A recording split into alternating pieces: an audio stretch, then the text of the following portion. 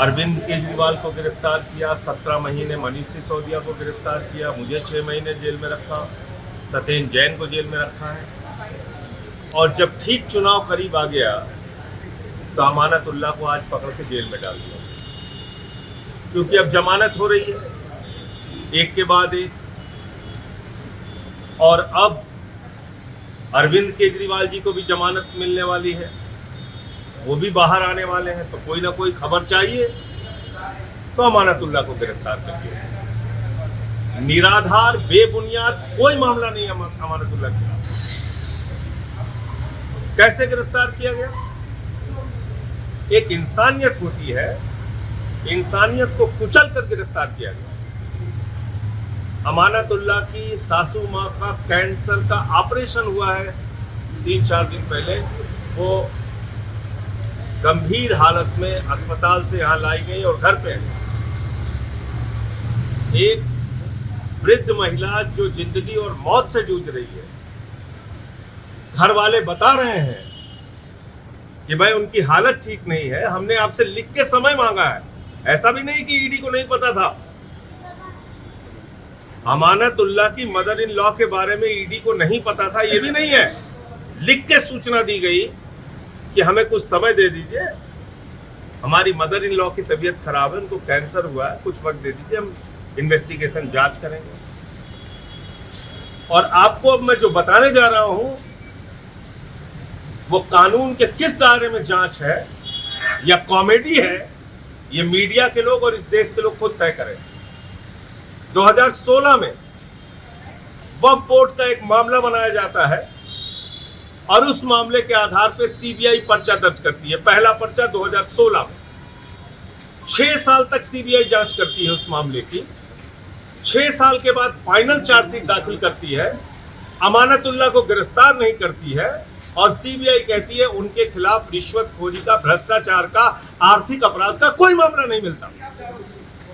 2020 में इसी मामले में एंटी करप्शन ब्रांच एसीबी वो मुकदमा लिखती है। इसी मामले में ईडी कूद पड़ती है, ईडी मुकदमा लिखती है।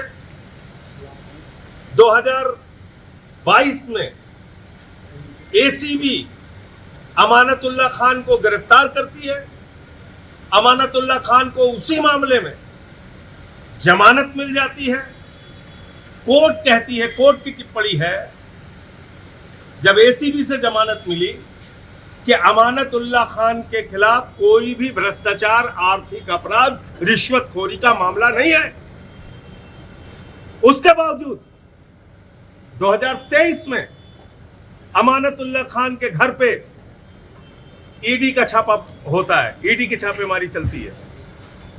फिर 2024 में ईडी बुलाती है, 13 घंटे तक पूछताछ करती है। किस मामले में पूछताछ कर रहे हो? जिस मामले में जमानत मिल चुकी है, जिस मामले में सीबीआई की फाइनल चार्जशीट दाखिल हो चुकी है। ये ड्रामा नहीं है, कॉमेडी नहीं है, तो क्या है? और आज सुबह सिर्फ गिरफ्तार करने के उद्देश्य से, जेल में ठूसने के उद्देश्य से, जेल में डालने के उद्देश्य से अमानतुल्लाह खान को गिरफ्तार कर लिया गया।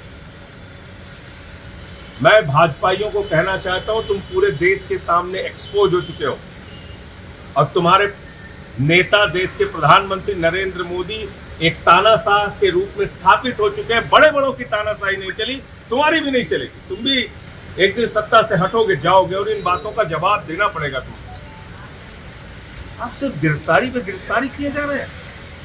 सुप्रीम कोर्ट से ईडी को लताड़ लग रही है, सीबीआई को लताड़ लग रही है, जांच एजेंसियों को लताड़ लग रही है। बावजूद इसके आप सुधरने का नाम नहीं ले रहे। आप आके अरेस्ट करके लेके चले जा रहे हैं, किसी को भी पकड़ो, कॉलर पकड़ के गिरफ्तार करो, जेल में डालो। ये कौन सा न्याय है? ये कौन सी कार्रवाई है? ये कौन सी व्यवस्था है? तो इसलिए पूरी की पूरी आम आदमी पार्टी अमानतुल्लाह खान के साथ खड़ी है, उनके परिवार के साथ खड़ी है। उनकी जो वृद्ध सासू माँ है, उनके साथ हम लोगों की सिंपैथी है, सहानुभूति है। लेकिन निर्दयता और तानाशाही की सारी पराकाष्ठा मोदी और ईडी ने पार कर दिया है। ये आज पूरे देश ने और दिल्ली ने देखा। और जिस चुनाव के नाते ये सब कर रहे हैं भाजपाई, उनको मैं बता देना चाहता हूँ, ये कार्रवाई तुमको बहुत महंगी पड़ेगी, बुरी तरीके से चुनाव में हारोगे। यही मैं कहना चाहता हूँ। न्याय मिलेगा अमानतुल्लाह को भी, उनके खिलाफ कोई सबूत नहीं है, कोई मामला नहीं।